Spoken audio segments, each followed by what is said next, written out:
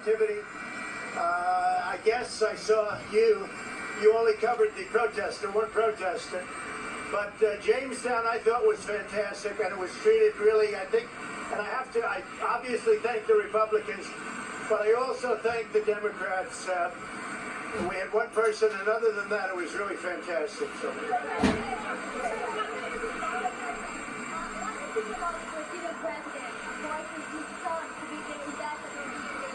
Well, I know his son. I find his son to be outstanding. He's a brilliant, wonderful young man. I'm very happy he appointed him. I think it's a great appointment. I know his son, and that's probably why they did it. He's outstanding. I'm very happy with that appointment. No, I don't think it's nepotism because his son helped him very much in the campaign. His son is outstanding. He really is. So I think it's a great appointment. I didn't know that.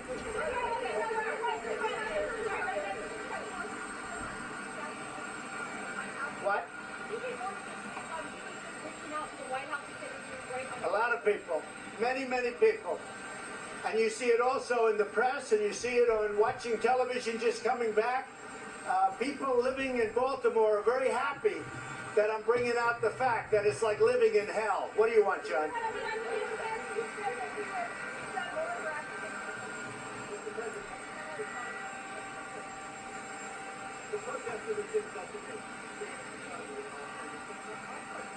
No, the only problem, John, you gave the protester 100% of the time, and I don't care about coverage, and the last thing I need is coverage, but listen, hey John, 100%, not one word of the speech, and you know, we were there about the speech. The protester didn't look so good to me. I'm going to be very nice, but you gave him 100%. But you know what, that's okay. You often do that, that's okay. Go ahead.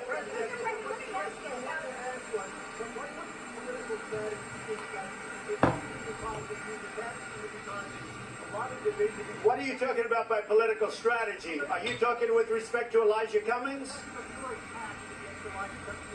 There's no strategy. I have no strategy. There's zero strategy. All it is I'm pointing out facts. The most unsafe city in the country, in our country, is Baltimore.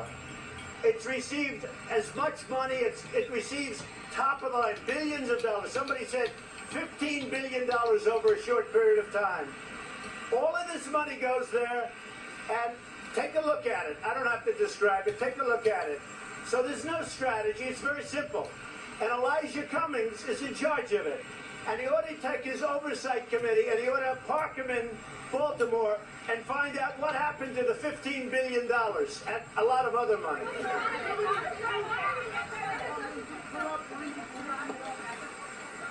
We'll see what happens with China. I think we'll do very well with China. We're already doing very well with China. China's had the worst year they've had in 27 years, and we're having the best year we've ever had. The stock market just hit an all-time high.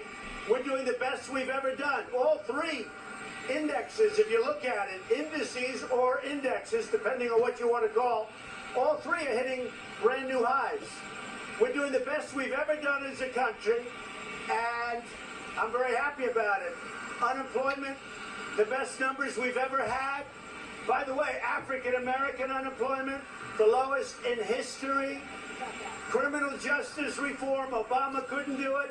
I got it done. He could not do it. He didn't even come close. That's great for the African-American population, who's very thankful about it. If you look at all of the opportunity zones, they're inner-city opportunity zones, almost all of them. African-American. The African-American people don't listen to fake news. They know what's going on.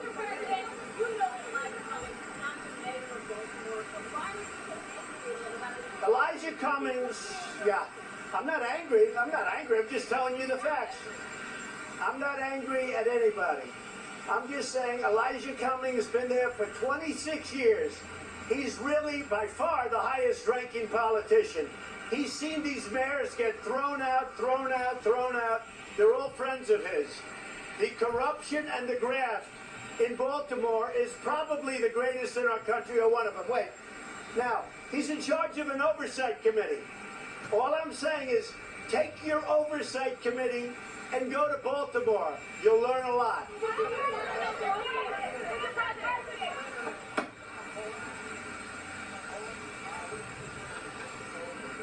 Say it? Well, we have a very good relationship with Poland. I have really a very good relationship with most countries that the news doesn't like talking about.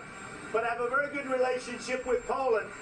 And we've been invited by the leadership of Poland, and I look forward to it. I like the people. I gave a speech in Poland, which I know you don't like to say, but it was considered to be a great speech. And the reason is that I really feel strongly. I think they're great people. We're looking at it. We may go to Denmark. We're looking at it. What? We haven't named the acting yet, but we're very happy with the fact that Dan Coates, I like Dan. He's a friend of mine. I mean, I think he's a terrific person. I like him a lot. And there really wasn't conflict. I think it was confusion more than conflict. Dan made statements and they were a little confused. But that was not conflict. Dan is a friend of mine. He's a good man. But I think that John Ratcliffe is going to do an incredible job if he gets approved. He's got to get approved. But I think he'll do a great job. I hope he gets approved.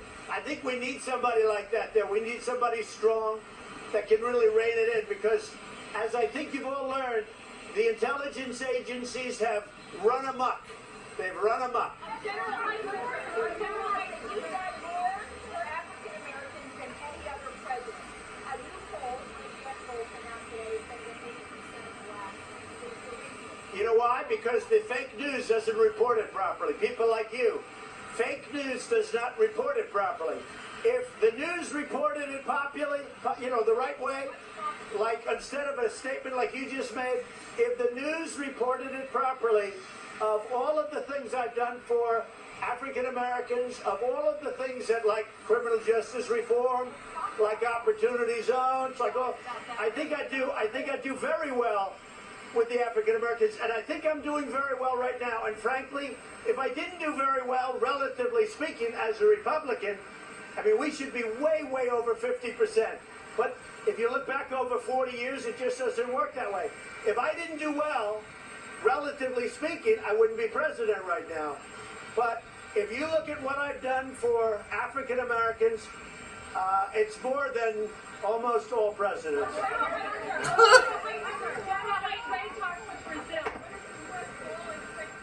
All right, joining me now, NBC News Chief White House Correspondent Hallie Jackson, White House Correspondent for the Washington Post, and Garin.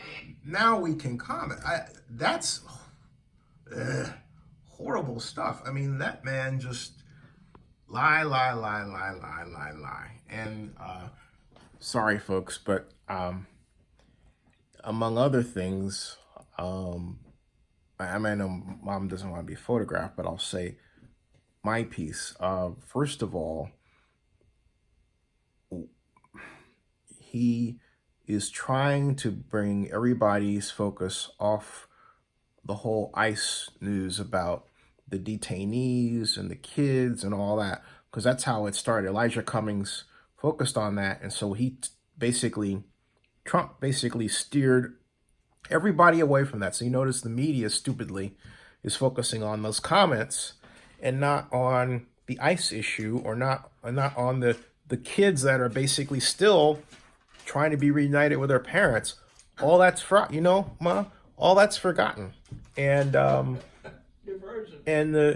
media keeps pushing it out there. And not only that, racism is a mental illness, and he's using that mental illness for